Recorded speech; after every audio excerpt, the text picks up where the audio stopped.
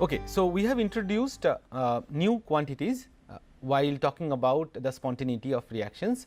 For example, we talked about Helmholtz free energy A as U minus Ts and Gibbs free energy G as H minus Ts, and also H enthalpy as U plus PV. We talked about enthalpy before, but in the context of spontaneity we talked about enthalpy in the last lecture.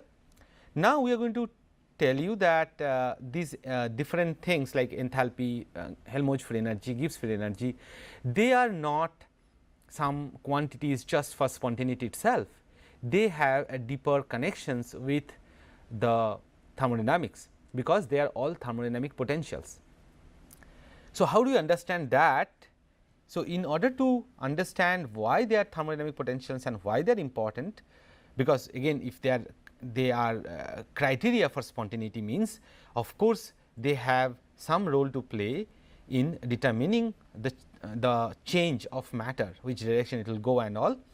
So, we are going to we are going to show you that how these quantities arrive, and that is typically known as Legendre transformation.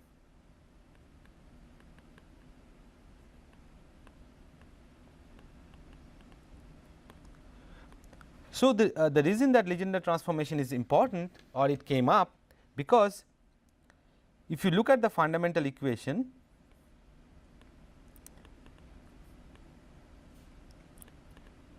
so fundamental equation in U depends on S, V and N. In fundamental equation of U, which is called energy fundamental equation, there is also corresponding entropy fundamental equation, where S is a function of U, V and N. So, if you see the fundamental equation, U depends on S, V and N, all are extensive variables. And it is not always easy to measure the extensive variables. Often we want to have quantities parameters that depends on intensive variables like temperature, pressure and things like that, and because they are easy to measure in experiment.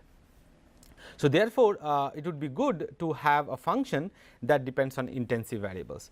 However, you know that if we do that, if we take the derivative of the function, for example, if I take du by ds as you saw earlier at a constant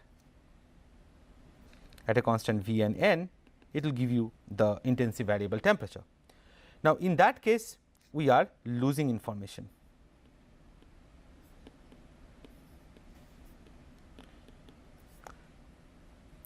I can give you an example of a one dimensional function.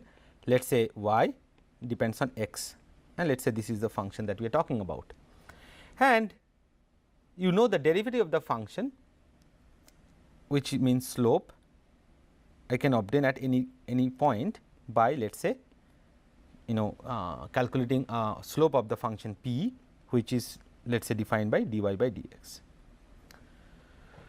So, if you see this particular function slope, then this p is not really an unique quantity, because p can be obtained. So, p is a unique quantity, but it can be obtained from multiple values of y. For example, if y is expressed as y plus c, or let us say y plus c. So, let us say a function of another function of y 1 x depends on y x plus c. In that case, del y 1 by del x is same as del y by del x. So, p will be same in the cases of so many different functions which are created by adding some constant value. So, therefore, p will be same for a series of functions. So, now if I draw a series of function like this, which are all like parallel and shifted by c, then all of them will give the same p. So, therefore, whenever we take the derivative, we are no longer going to get the same fundamental equation, because remember the fundamental equation has all the information. However, derivative of the fundamental equation, which we call as equation of state, that does not have all the information because we are projecting onto a particular lesser dimension. For example, what I mentioned here, that many functions will give the same value of p at that. So therefore, the concept of Legendre transformation is that you want to keep the same information, however, you want to express same information that is there in the function y x by something else. So for example, so let us say this is my y and this is my x, and all the different points represent for a given value of x a particular value of y, or all possible values of x and y is our particular graph, and in that this graph represent that for a given value of x, what is the value of y, for a given value of x, what is the value of y, for a given value of x, what is the value of y. So for every value of x, there is a particular value of y, and that is what the graph is, and this graph, let us say, contains information about the system of thermodynamic system. So in that case, if I just take the slope, as you see that it will not be possible to exactly determine the all the information about the system. However, let us say instead of slope, if we also calculate one more quantity, and that is intercept of the function. So in that case, this particular point x y, let us say I call it x y 1 x 1 y 1, will give a particular value of p 1 slope and a particular value of intercept, let us call it psi 1. So every point x y 1 y 1 on the graph will correspond to a particular point, let us say this point is x 2 y 2, will give us a particular point of p 2 and psi 2. So therefore, we can map a function x y to psi p, and that is what the Legendre transformation is. So given a graph x y, where for every value of x we have some value of y, we can always have all the informations contained in the graph be represented by another pair of points psi and p.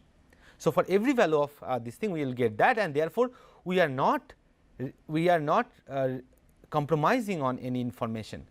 As soon as we put the psi, it will be no longer same as for all possible parallel lines, because as you can see in this particular case, if I have a slope here, it will have a particular intercept, and this slope will have a different intercept.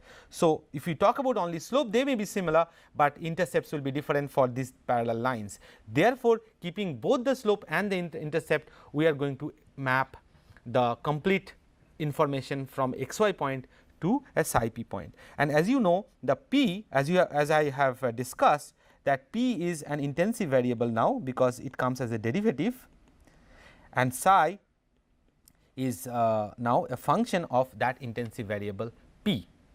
So therefore, we can represent a thermodynamic function y x, where x is an extensive variable, to be cast into another function where that function is a function of intensive variable. So this is intensive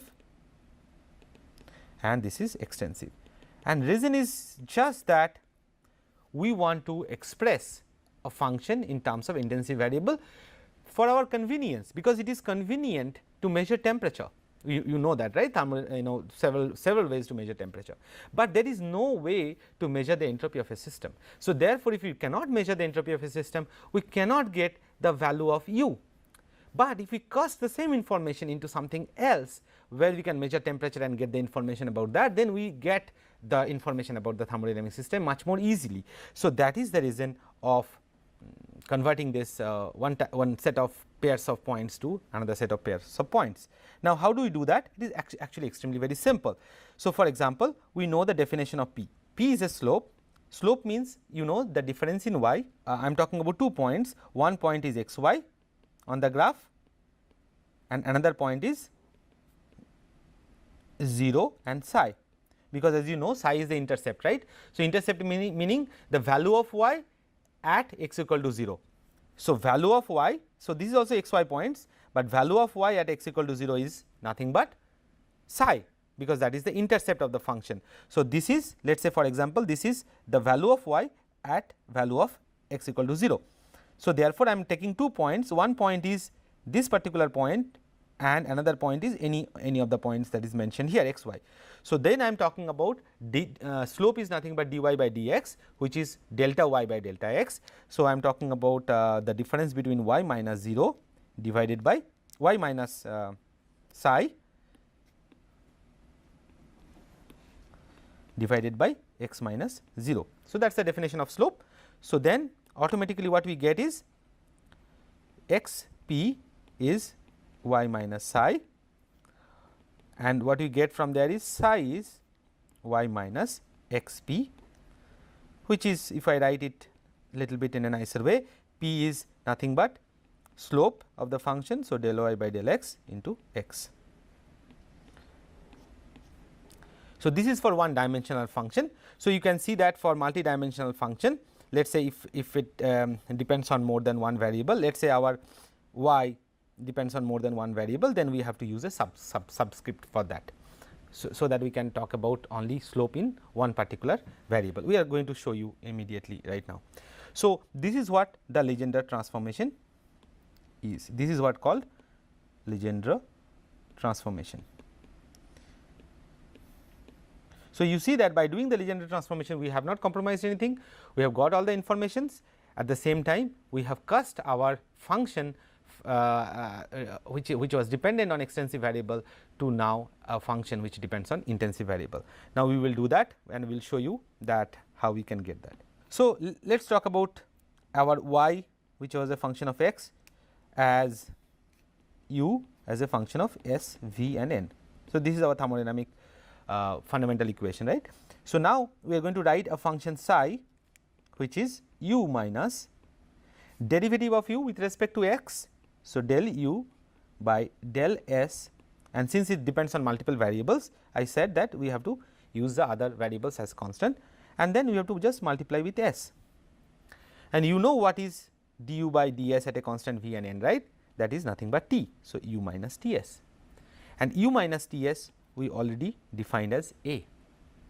So, you see we got Helmholtz free energy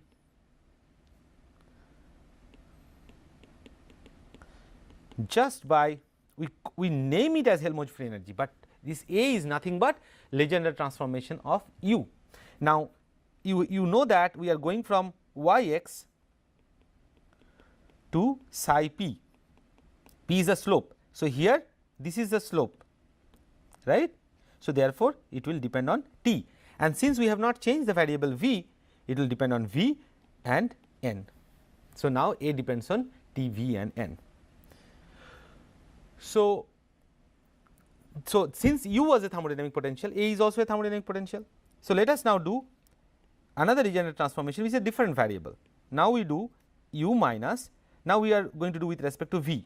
So, del u by del v at a constant s and n v, and what does that give us? U, now minus du by dv you know is plus, right, plus p, u plus pv, and we have defined earlier, named it as h, and what does it depend on? It will depend on the slope, which is p, and rest of the variables will be constant, which is s and n. So, h is a function of s and n, and we call that as enthalpy. Now, we are going to do one more, psi as both the variables. So, we do now Legendre transformation on both the variables. So, del u by del s at a constant v and n s minus del u by del v at a constant s and n v, which gives us u minus ts minus plus pv, and u plus pv is h minus ts, and that is nothing but g, and it will depend on which are the slopes, t and p. So, t and p, and n was not changed. So, n is also there. So, this is called Gibbs free energy, or we name it as Gibbs free energy. So, now you see that from one fundamental equation where u is function of extensive variables, we have arrived at 3 new fundamental equations and 3 new thermodynamic potentials, where now the variables got changed to from extensive variable to intensive variable. For example, you can see G is function of 2 intensive variables, and H here is function of 1 intensive variable, because only one we changed, and Helmholtz free energy is function of 1 intensive variable, because one only we changed, but G is function of 2 intensive variables, only one extensive variable, that is N. So, you see now we call this particular thermodynamic potentials like A, H and G are nothing but avatar of the same God, because it only appears that they are there with a different appearance, however with the same identity. Underlying information contained in this particular thermodynamic potentials is always same, whether or not we write them in a different way. So, once we get that, now we will summarize again our all thermodynamic potentials.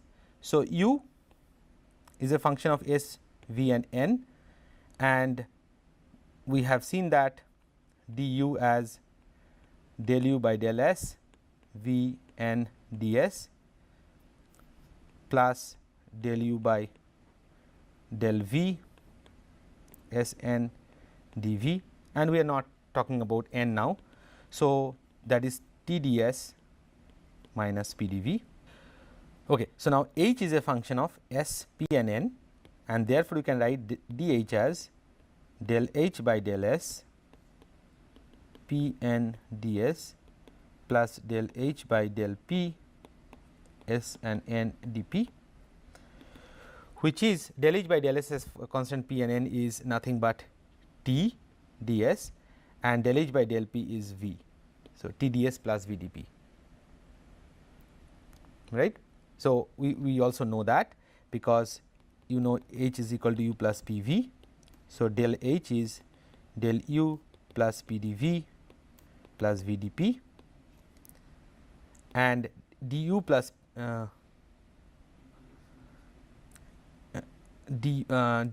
as you know that du equal to dq plus dw, which is TdS minus PdV. So, therefore, du plus PdV is nothing but TdS plus VdP, and that is what we got here, and we know that del H by del S is T and del H by del P is V. Similarly, we got A as T, V and N, which we expand as dA del A by del T at a constant V n dt plus del A by del V at a constant T n dV. Remember, we are not doing the n part, but otherwise it is fine. Now, what is this quantity? In order to understand that, we have to expand that as u minus Ts. So, dA is du minus Tds minus S dt, and what is du minus Tds? It is nothing but du minus dq, which is dw, which is minus Pdv minus S dt. Now, you just compare and you get minus S dt minus Pdv.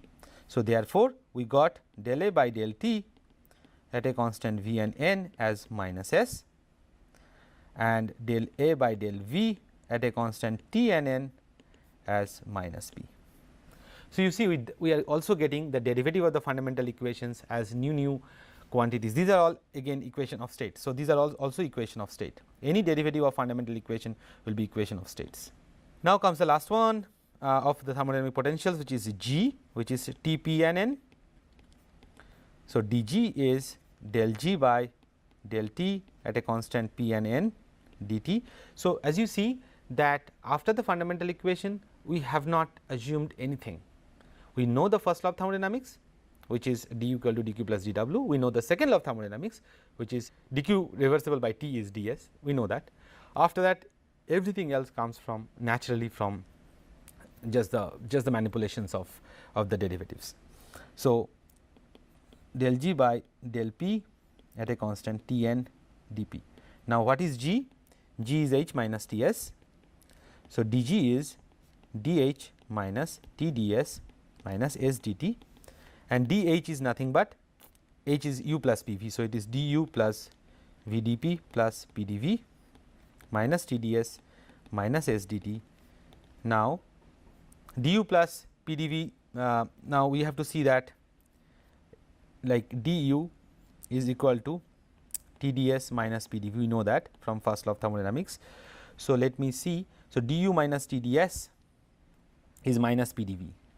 So, this is nothing but minus PdV plus VdP plus PdV minus S dt. This cancels, giving us VdP minus S dt. So, minus S dt plus VdP. So, from here what we get, that del G by del T at a constant P and N is minus S, and del G by del P at a constant T and N gives us V. Now, we get several such relations of, like, now we can get entropy by now several different ways. We can get entropy from Gibbs free energy, we can get entropy from Helmholtz free energy, like here. We can get entropy also from other thermodynamic potentials as well, and many different ways. Okay. So, all these relations of thermodynamic potentials are there to help us measure a certain particular quantity and compare that with the desired ones. So, for example, we cannot measure entropy directly. So, therefore, we can measure the free energy change with respect to temperature. So, let us say we calculate the free energy, which can be calculated by calculating the binding constant. There are ways to do that, and if you do that at different temperature, from there, from the slope of that. So, from the slope of G with respect to T, let us say the plot is like this, we can get from the slope of that, we can get the expression of entropy, as you can see here. Minus of that slope will give us the information about entropy. So, that means now using some measurable quantities, we will be able to get something which is immeasurable, and that is the sole purpose of calculating and performing this several different thermodynamic relations.